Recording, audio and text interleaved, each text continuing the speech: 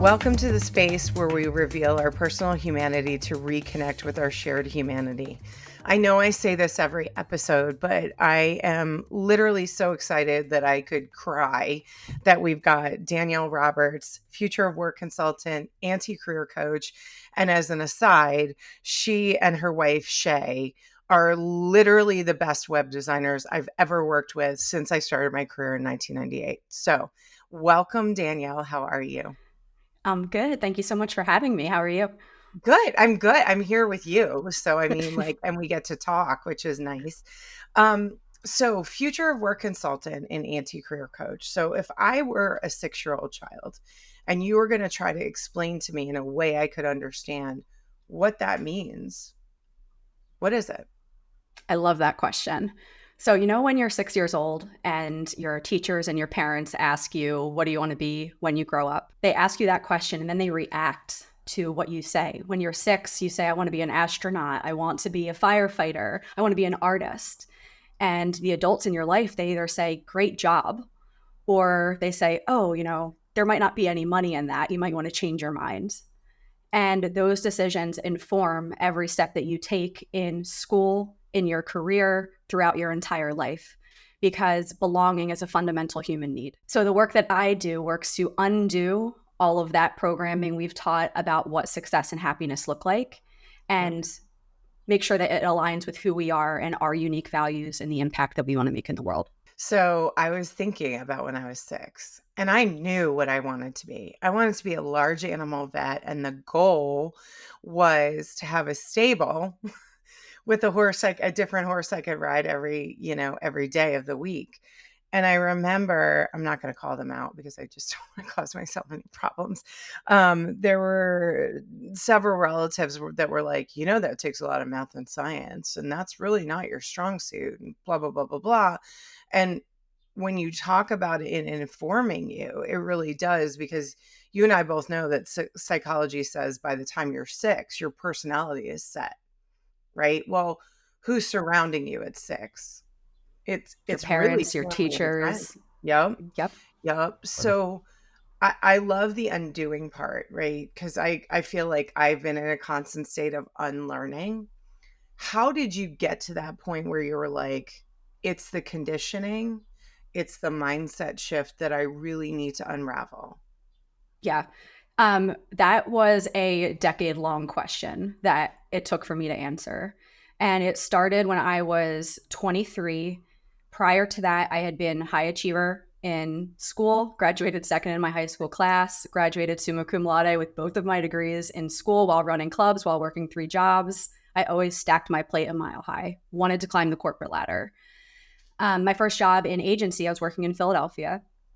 And I got a call from my mom that said she wasn't feeling well.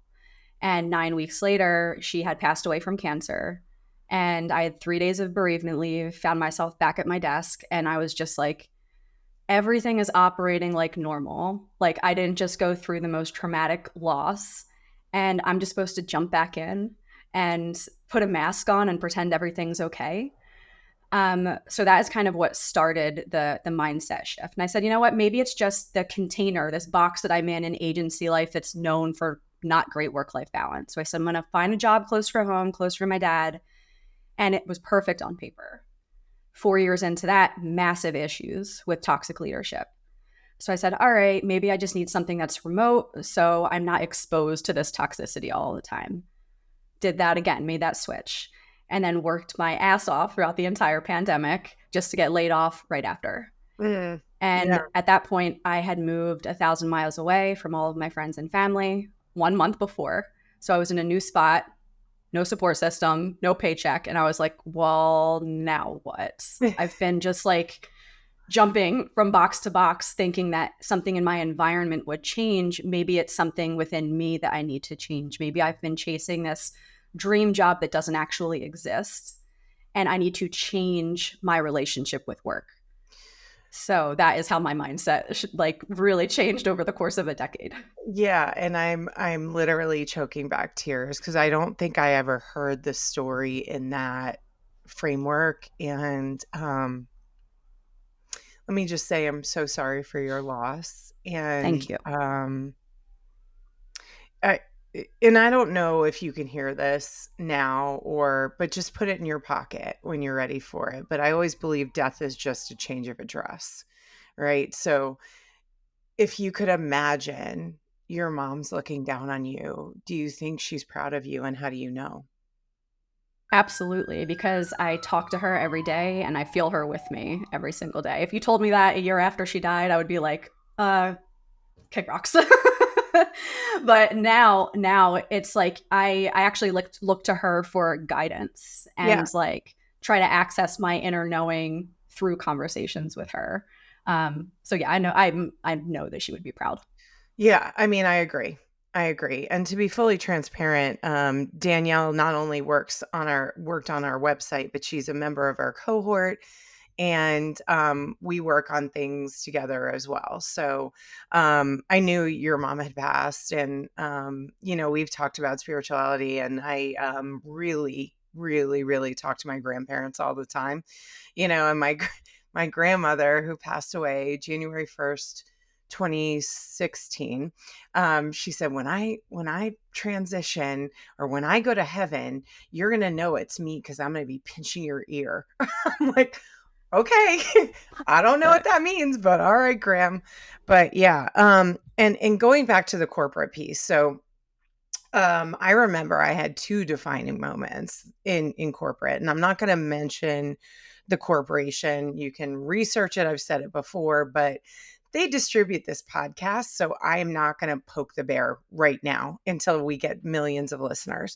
So I remember sitting in, and I'm sure you probably had these meetings too. I remember sitting in a hotel conference room, no windows, um, halogen lights, and they pulled down one of those screens with a map of the country that this company covered, right?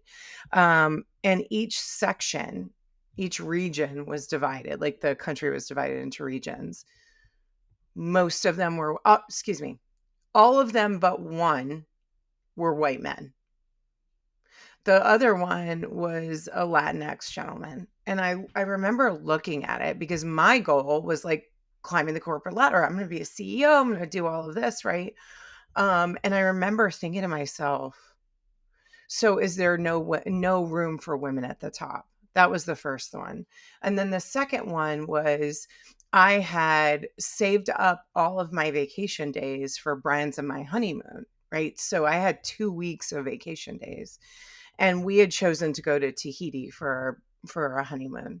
Well, anybody who's been there knows it's a 12-hour flight, and you're not going to go for 3 days and turn it around. So I remember like putting in my time, like filling out whatever form about 8 months in advance. And my boss looked at me and he goes, 2 weeks?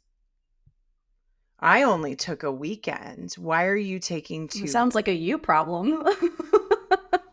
Right?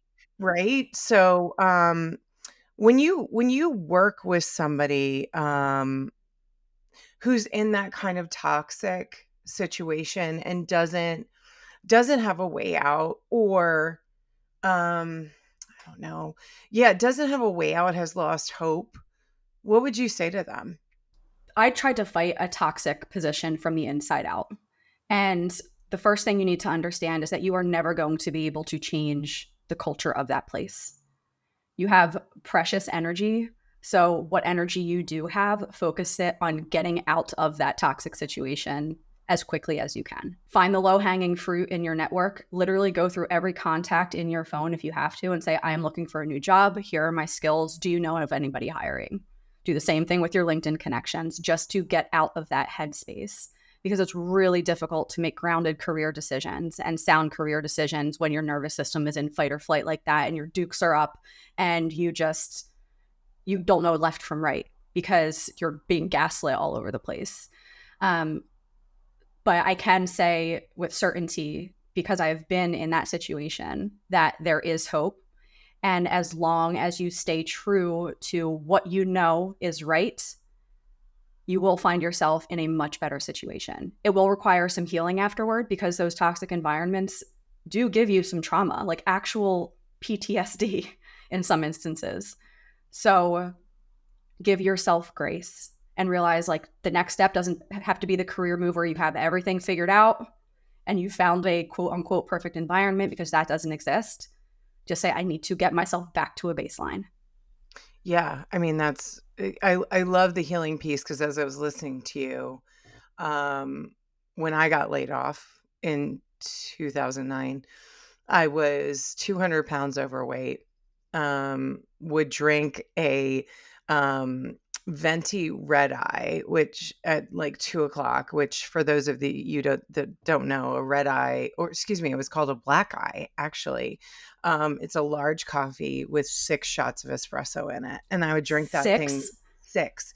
I would drink that thing and it would maybe coast me for an hour and then I would be exhausted. And I was like, the hell?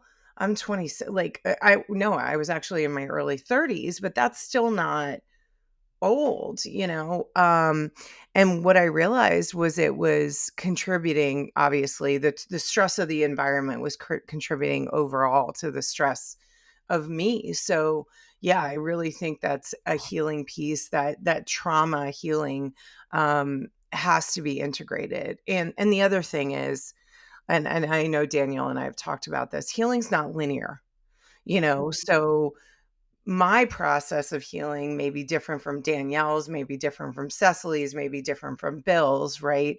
I mean, I've been in therapy for I think almost 28 years. And my dad was like, "So, when do you think you'll be done with therapy?" I was like, "Never." Never. Because of the things that come up, especially when we're working with people, which is my next question. How do you keep yourself from being triggered when you're working with somebody who's in a similar environment that we were in? Yeah. Well, I am an active therapy goer as well. I started with cognitive behavioral therapy. I still do some traditional talk therapy and EMDR. So I make sure that I'm investing in my own healing outside of the environments that I'm in. I also stay very grounded throughout the week through practices and rituals. Like Sunday, I sit down with myself, I journal through what went well this past week, what are some areas for improvement, what do my people need, and structure my weeks around that. When I'm in that environment, I know that I need to stay grounded and meet them where they're at. And that what they are going through has nothing to do with me and my personal experience. It's a means to hopefully relate with them. But to try and prevent me from getting triggered, I listen for the problem. Like, what is going on underneath of the surface? What need is going unmet in this person, and how can I try and meet this need in this moment? So a lot of active listening and then reflecting back what I've heard to make sure that I have their intent right. Yeah, I don't always get it right? I mean, but yeah, that's my general approach of just trying to like say they're going through something, they're a human being, and how can I meet them where they're at? Right. Yeah, and that's actually very similar to my approach as a coach, you know, and but there is some self-talk where I'm like, this is not about you. Like this doesn't you know, and really the feedback I give is I'm not here to tell you what to do or judge you or go full metal jacket on your ass. I'm really here to listen and ask questions. And when I do give an observation, it's listen, if it resonates with you, great. Let's take it and run with it. If not, just leave it here in this session. So we've already kind of gone over the pivotal moment that made you shift. How would you describe your leadership philosophy and how has it evolved over time? Yeah, and I think this is a difficult question for me, to be completely honest, Okay. because I will get imposter syndrome about being a quote unquote leader in a traditional sense, because I've only been a like manager in one of my corporate positions. So like I try and peel back those layers now of like, why do I feel that way? Like just because I haven't had like a VP title in a corporate organization, does that make me not a leader? But data shows us, Gallup data shows us that only 18% of people actually have skills that show that they are qualified to lead. So, Wait, say that again, please. Gallup data shows that only 18% of people currently in management positions display a strong ability to lead. So over 80% of people are not qualified to support their people or haven't been taught or trained properly to support their people. Hence why we are in a shitstorm right now. Yeah. I mean, like, my 6-year-old little girl, and thank God we can swear on this, it's like, "What the fuck, man?" Um, and then the other part of me is like, "That means we have job security, ha, ha, ha, ha," you know what I mean? But this is, and the problem that me and a lot of other coaches run into, especially when we're working on the organizational level, is, "Hey, Danielle, you're a great salesperson. Ta-da, you're a manager." And they don't give you the training to go from peer to manager, or they don't explain to you like the conversations you need to have up front. Like, yeah, we hung out at happy hour, but unfortunately, I'm not going to be able to do that anymore. But people just don't have those conversations. And you're exactly right. Mhm. That is why we're in this shitstorm. And, I think the excuse is, well, millennials and Gen Zs don't want to work. And I'm here to tell you, as a mentor and a coach and somebody who helps lead the cohort, that is absolutely not true. And as a millennial, I am eye rolling into another universe because the millennial clients that I have, the Gen Z clients that I have, are some of the hardest working people that I know. And they want to work hard. And there are so many roadblocks and obstacles in their way from other people who are clinging too hard to the status quo. Yeah. Yeah. And what I always try to tell boomers and my fellow Gen Xers is, millennials and Gen Zs are so much smarter than we are. And what I mean by that is you all had a front seat to the nonsense that we had to deal with in corporate. And we're like, yeah, I don't want that. Yeah, we learned from it. We saw our parents work for the same employer for how many years and get scrapped right before retirement and lose their pension. Right. Like for what? Why would we maintain employer loyalty when a job is to first and foremost make money? And if it's not doing that, we don't have a clear path forward to increase our lifetime earning potential and provide for our families. Why is that so contentious? Yeah. So I think that's where I changed my mind about myself, about my leadership ability to say, like, well, the old ways of leadership aren't working and we can create something new. And I'm second oldest of 5 kids. So that is like one of my first leadership roles. My older sister had kids young when she was 16 years old. So I very much assumed a leadership role in my family. And then when my mom died, I really assumed a maternal role in my family. So that was like my first leadership position. And I think that what makes me a great quality as a leader is not just focusing on traditional skills that leaders do in the workplace. Like, okay, this is the role that you are in. These are the tasks that you do. Here's the path forward. I care about how you work best, what your energy and engagement levels look like, and why you do the work that you do. That's what that's what keeps you tied to the work. That's what keeps you showing up and like relating to them like literally on a human level. It's so basic, but I think that's what sets me apart as a leader. Like I'm listening for the things that people aren't saying, or I'm asking questions that maybe they haven't been asked before for a reason to think about how work fits into their life on a macro scale because you only get one shot at this.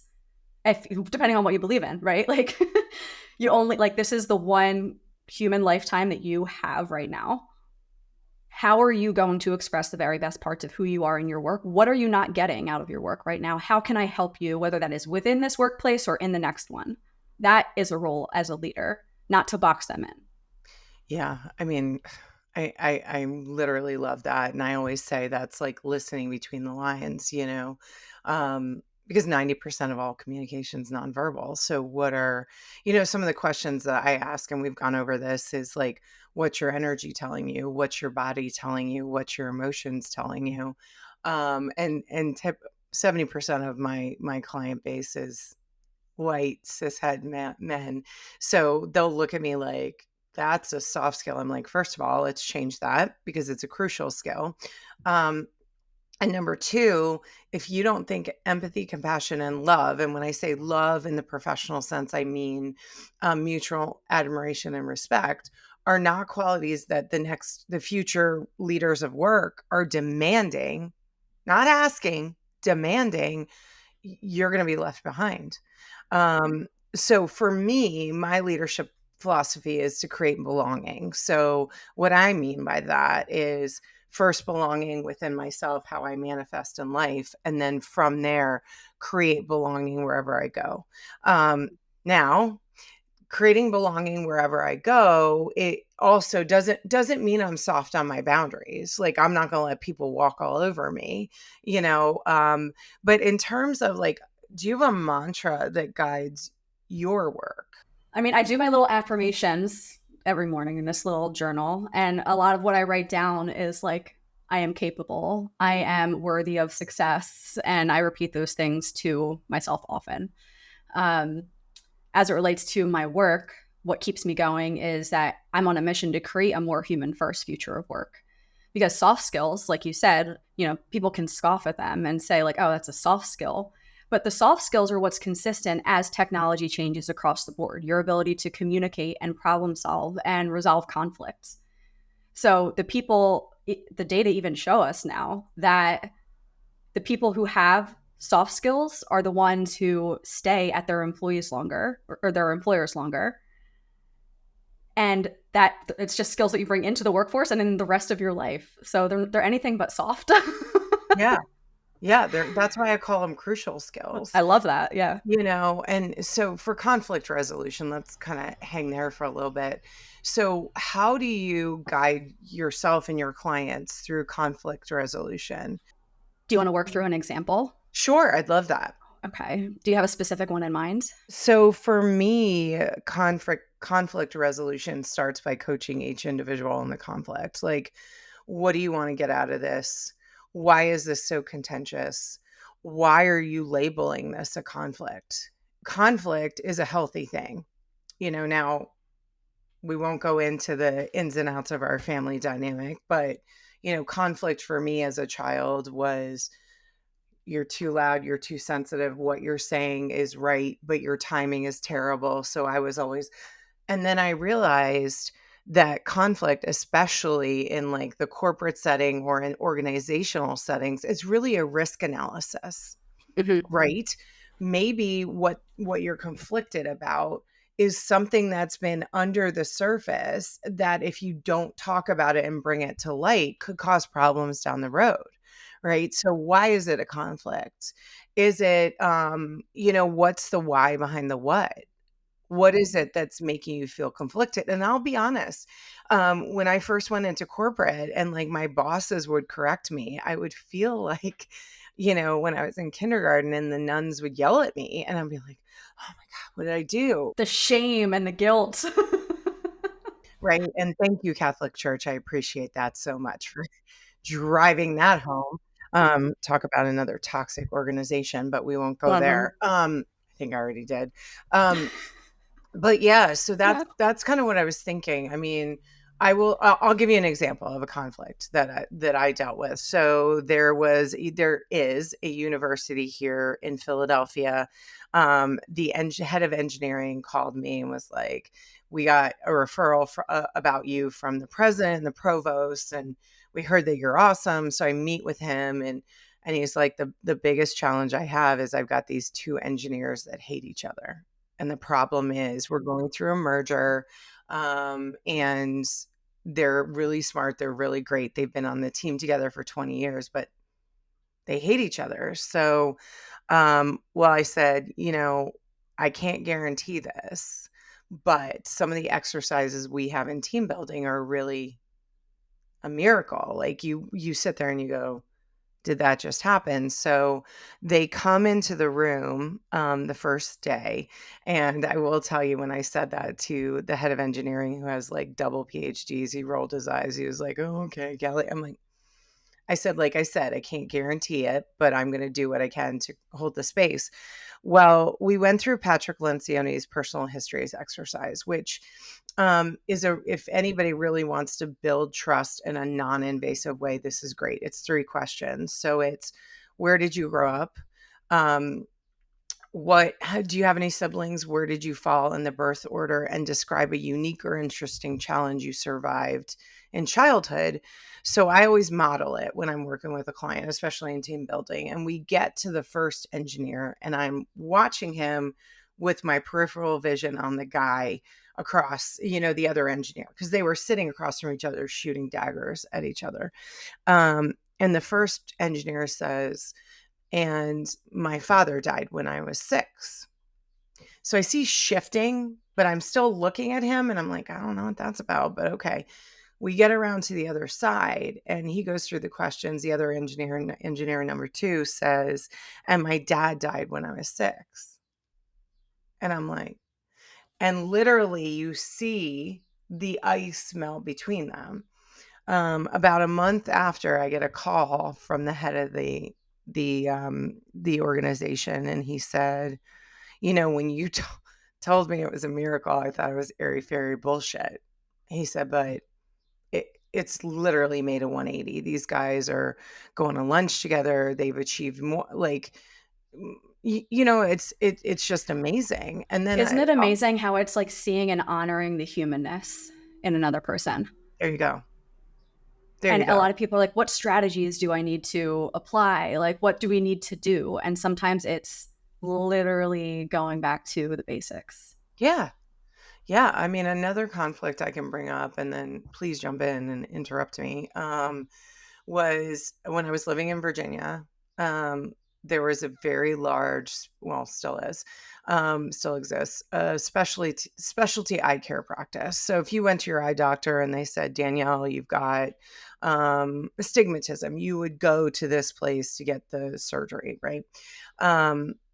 The COO ran the techs. So it was all the people that worked with the surgeons to make sure, everything went smoothly. Part of their bonus and salary bumps were based on quarterly reviews. She had 49 people reporting to her. The reviews hadn't been done in 18 months. And people were pissed off and showing up late and not caring. And she said, what are some strategies to fix this? I said, you need to have an individual meeting with each person, no agenda. And the first question you ask them is, how are you? And then you zip it. And she's like, no agenda. And I said, no agenda, because the whole idea is to listen and understand what's going on. She did that. We got it done in 90 days. Their annual budget was $10 million. That was the goal. And by the end of that year, they had hit 15 million. So, and then people were coming together, and just the view of her was totally different. And the other piece of it was she was going through a really, really bad divorce, like violent divorce. And when I met her, she's like, but I've gotten over that. And I said, really? Because you seem kind of angry to me. And then she started crying. I said, the more we try to hide those things, the more they come out. So in terms of conflict, again, and I don't know if you work through conflict resolution within an organization or if it's just the individual. So what would you say if you ran up against either one of those situations? Yeah, well, first of all, kudos for how you handled those things. Amazing. And I like that. I like that it wasn't overly complicated. It was easily digestible and something that they could act on immediately. I mostly deal one-on-one right now with people or managers, and I listen for what's really going on. So, for example, I just had a client get on a PIP, performance improvement plan. Wasn't hitting her metrics and got really defensive at the feedback from her manager. So she immediately thought, everyone's against me. I need to immediately, leave. Nobody cares about me. Nobody reaches out to help me, all of these different things. So what's really going on underneath after a couple of sessions is, first of all, she doesn't like the job at all. Yeah. Yeah. And she has never had a conversation with her manager about what support even looks like. So the conflict is the manager's making assumptions and she's making assumptions about what support looks like. So the solution was to have a meeting to say, here's how I feel supported. How can we work this into our regular sessions to make sure that I'm meeting your expectations? After the Yeah. first 30 days, she's off the plan. She's good. See, that's amazing, and it brings me to, so a previous guest, Jolene Suba, and I were talking about Harvard's initiative, it's, or I can't remember, process called immunity to change, and they literally operate off of what's the assumption, and for me, another way of saying it is, if you have dandelions in your yard and you wanna get rid of them, you gotta pull them out by the root. So what's the root that's giving life to this belief? Because and the other thing that's been rolling around in my head going about beliefs, and this would be so fascinating to hear your thoughts, but a belief is just a thought you keep thinking over and over and over again, right? And it becomes a belief. So what's the belief? Where's it coming from? Where's it rooted in? What's breathing life into this and keeping the assumption alive, right? And have you expressed that? Well, beliefs are really it's identity level. So when our beliefs are confronted about ourselves, we want to just reinforce what we know to be true. But neuroscience tells us that we are not these fixed human beings. There's neuroplasticity. We can change how we think and view the world. So we have to challenge, like when our beliefs feel violated, we often will divert to anger, right? But what is that pointing to something that I need to confront or heal within myself?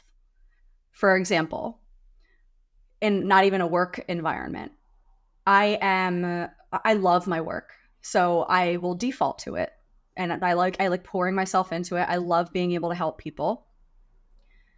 I get resentful toward my wife when she is relaxing. Like I get angry sometimes. And not because she's relaxing. Like I acknowledge logically that people need to relax and rest. But I think back to my beliefs, like what is that belief rooted in that like I'm getting angry about?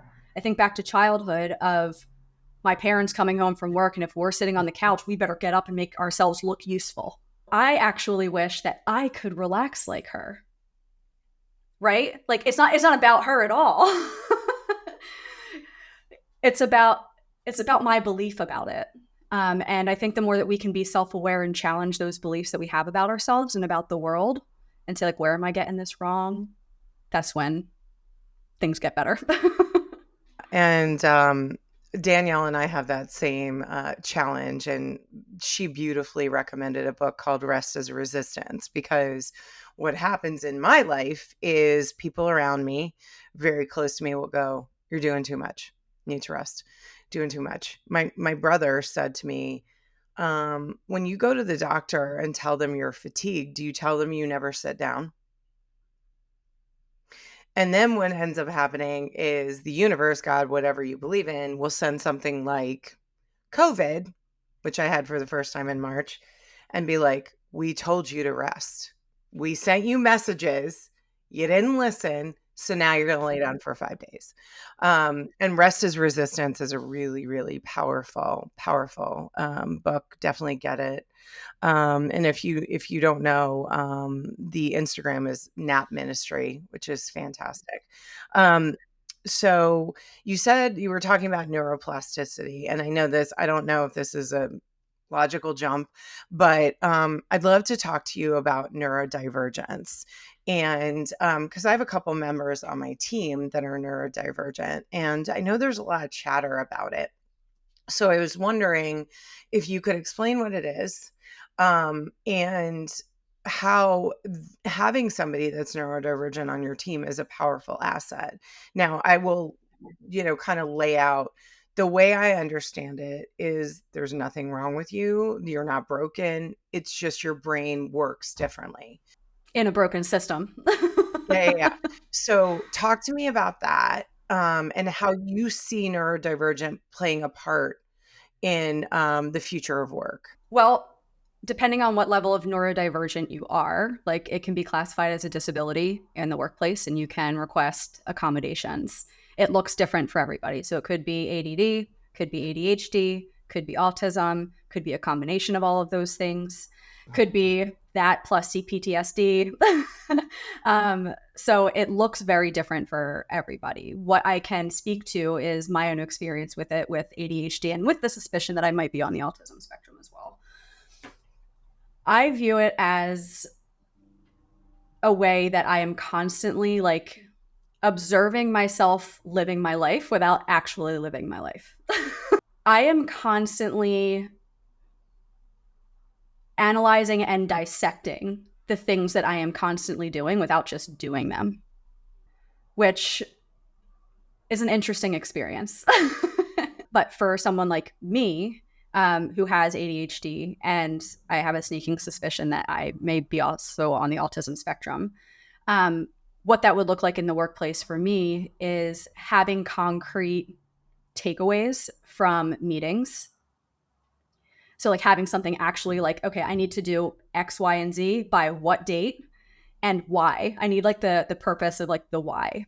Because what it feels like to me is constantly observing myself living my life and doing my tasks without just being present in my life doing the tasks. I'm analyzing and dissecting them, and I need to feel like a strong connection to why I am doing it, or I don't understand why I'm spending time doing it. Gotcha. Yeah, I get that. So the way I see that is, it's almost like watching a reality TV show, but you're not in the reality TV show, you're kinda watching it. Is that fair? Is that a fair analogy? I'm like observing everyone's interactions with each other and how everyone is like thinking, and like I'm trying to assume what they're feeling without just watching the show for the sheer enjoyment of it. Like one of my like big hyper focuses is just understanding why people are the way they are and how they work. So like I am super tuned in to that, whether that is in my own life or other people's. Um, so like I'm trying to seek to understand where people are coming from all the time. Gotcha, and that goes back to the dandelion root, right? Is where's it rooted in? So, okay, so 2 questions, and then we're gonna go to rapid fire. So, well, another debate that I hear a lot on the C-suite is remote, hybrid, or in person, and my philosophy is you measure by results, not by presence. So, if they're remote and they're getting you results, leave them alone. If they're hybrid and they're getting results, leave them alone. If they're in person and they're getting results, leave them alone. Yeah, I completely agree with you. It is all about flexibility, and it's going to be unique to the person. There are some people who want to be in office. There are some people who only want to be in office sometimes. There are some people who have a lot of family demands, caregiving demands, and need to stay home more often than not to be available. And as long as they're getting their work done, why do you care? Yeah. Yeah. That's what I don't understand. I mean, well, I do understand it. Let's be real. Like, I mean, 90% of the C-suite and board positions are still occupied by straight white men. And that is literally the paradigm that we've all learned. Um, but to And they kind of, also have the like they have the real estate aspect of it too. Like, oh shit, we paid for this building and now we need to have people here. And it's like, well, that's not your employee's problem. The world has changed and it's up to you to adapt. Figure it out. If you're a leader, if you're as smart as you say you are, figure it out. yeah, well, and it's also, I mean, for me, what I'll say to CEOs is, so you have 250,000 square feet of real estate, in San Diego. What if you were to do affordable housing and convert that? We can't do that. No, let's be clear. It's not that you can't do it, you don't want to. So let's make that distinction. But yeah, I mean, the other thing that always makes me laugh is this narrative of a recession. Have you seen a recession? We are in a silent recession right now. The cost of living is wiping out any wage gains that people have had over the past several years, um, because of corporate greed. Yeah. Yeah, I mean, I'll tell you, I didn't realize I mean, I knew it was bad, but then I saw, Warren Buffett, who happens to be my favorite billionaire, and I think he's neurodivergent too. And the reason I say that is I was watching this documentary, and his first wife was saying she had the stomach flu, and he came home from work, and she was like, "Warren, I need you to get me something to throw up in." And she said he went downstairs and she hears him rattling around in the kitchen and he brings back a colander. And she's like, so he goes back down to the kitchen and grabs a sheet pan to put the colander on. And she was like, no, no. But here's what I love about him. So I saw him giving a speech somewhere online. I can't remember. And he said that Berkshire Hathaway just gave the IRS a $5 billion check for their taxes. And he said, if the other 800 companies in the United States did that, not one of us would have to pay federal taxes. Not one of us. So, it is that corporate greed and it is shrinkflation and it is, oh shit, I made a mistake by getting 250,000 square feet. And oh, by the way, the SBA called our loan that we took during the pandemic that they never should have had in the first place. Okay. Last question is about imposter syndrome, because you and I have talked about that, right? And based on statistics, 70%, 70 of the global population has it. Do you have it? Yes. And how do you deal with it? How does it manifest in your life? So usually it's just like that nagging voice in the back of your head that's like, who do you think you are for trying to do this? My career switch is I spent 10 years in corporate social media marketing. That to anti-career coaching isn't a very linear career path. So it sounded like that voice of, who do you think you are? You can't be any good at this. And one of the things I did that was helpful is I renamed that voice in my head Little Bitch. Mine's name is So Stella. I can differentiate if Yeah. that's actually me talking or if it's just Yeah. like my fear coming up. And then I challenge it and I say, is this true? Like, is it true? I have evidence that I have figured out things before that I have not known. And I trust in my own resilience and resolve to figure things out. People aren't born with confidence and born with skill or born with passion. You gain skill and passion by putting in the reps. So I'll look at my early posts on social media and be like, oh, cringe. Like, that sucked when I first started. But I got better. I put in the reps. I'm still getting better. There's still things that I get wrong. But no one has 100% of their life figured out. No one. Everyone is like, no one knows what they're doing. I mean, just think what you said, Warren Buffett, like everyone that we would classify as smart for being a, billionaire, which I don't believe that there are any ethical billionaires, but grabbing a colander for throw up. I know. If he can figure it out, I can too. What I mean, it's like, come on, Warren, man. You're like, and again, I only know what I know of him. So I don't know how ethical he is. Yeah, it is what it is. But, I had a situation last year around this time, actually. I was one of 160 civilians in the world chosen to go to the National Security Seminar at Army War College. And It's amazing. it was awesome. But I walk into the room of the cocktail reception and I'm like, there's the CEO of Lockheed Martin. There's that. What the fuck am I doing here? And I walked up to a table of two guys that ended up being very, very kind. And I go, kind of thinking, why the hell am I in this room? And they looked at me without missing a beat and they were like, we're all thinking that. And I was like, oh, so for me, it was like getting that energy out and like labeling it that really helped take the wind out of the imposter syndrome sails. And then the other thing I'll do is go, who's telling you that? Because Danielle's not saying you don't belong in this room. Army War College wasn't saying I didn't belong in that room. Kelly was telling her that, right? Or my internal voice's name is Stella. Don't ask why. I don't hate Stellas in the world. It's just what floated up when I was trying to name my ego mind. Okay. So are you ready for some rapid fire questions? I am. Okay. Are you ready? So what is your favorite comfort food? Sushi. Okay. Any kind of like rolls, sashimi, like what? Anything with salmon and avocado and crab. Yum, yum. Yes. The rice, Feel like it just gives me like, it just makes me feel full and good. yeah.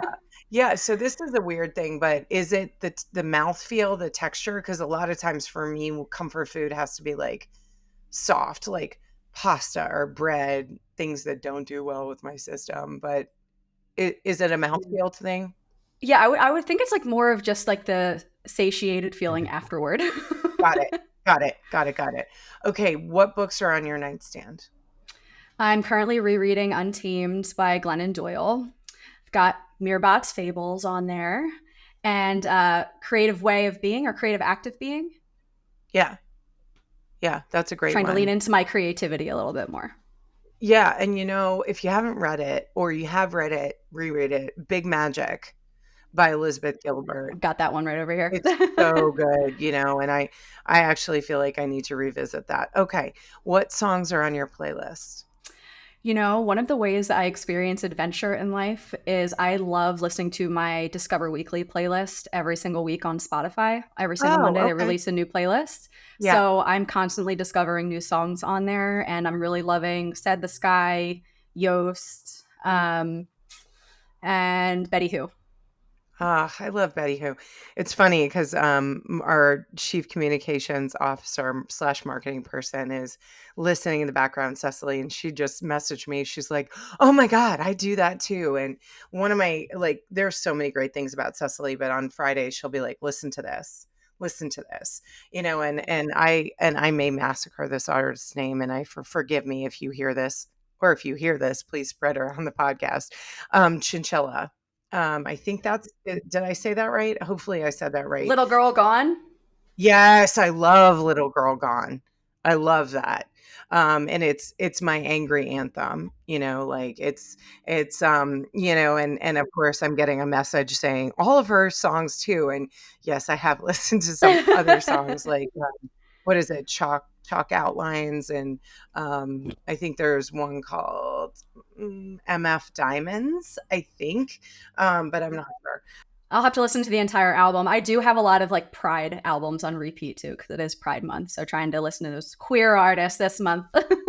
Yeah, and I've been an aspiring ally since I was 14, and I always say aspiring because I believe allies need to earn it every day, every single day, right? I And appreciate that perspective. yeah, happy Pride. I mean, happy Pride. I love Pride, and I actually have a Pride flag. Yay! I So mean, you see, this I've got act, the love wisdom. yes, yes, yes. This actually came from the funeral of the head of DEI for the city of Philadelphia, who I met for 6 weeks, Gloria Cesares. And I was fortunate to get invited to walk through the city of Philadelphia to her funeral. And they gave us all That's flags. so sweet. And one of my favorite speeches, real quick, that Mayor Nutter gave was, he's like, I go to like 40 events a day, and usually I'm hopping in a car and somebody's handing me like bullet points and all that. And he said, so I get in the car and Gloria hands me a sheet, with questions on it and bullet points. And I go, can I say Dyke March? Am I allowed to? She's like, yes, Mr. Mayor, you can say that. But she was a very powerful force here in Philly, and I'm just glad I got 6 weeks to know her. It wasn't long enough, but she was amazing. Okay, final question. What are you most grateful for in this moment right now? Oh, this conversation with you. Since we've been in touch, you've been a mentor to me. You've helped me along the way. And I'm just thankful for you facilitating really important conversations that change the world and help us connect to the humanness in each other. I think that's what's been missing for a lot of years in the United States. And a lot of people aren't brave enough to have these conversations and they just live their life on autopilot. So I'm grateful for you and for this and the work that you do. Thank you for saying that because, as coaches, and any coach that tells you this is not true is probably lying. We have moments where we're like, are we really making an impact on the world? Do I really matter? And between you and reading to a class of eighth graders yesterday, we read the unicorn fable together, and they're in West Philly, and it was just, you know, I mean, it just took my breath away, and so do you. So do you. I mean, anytime I talk to leaders like you, I'm like, future's good.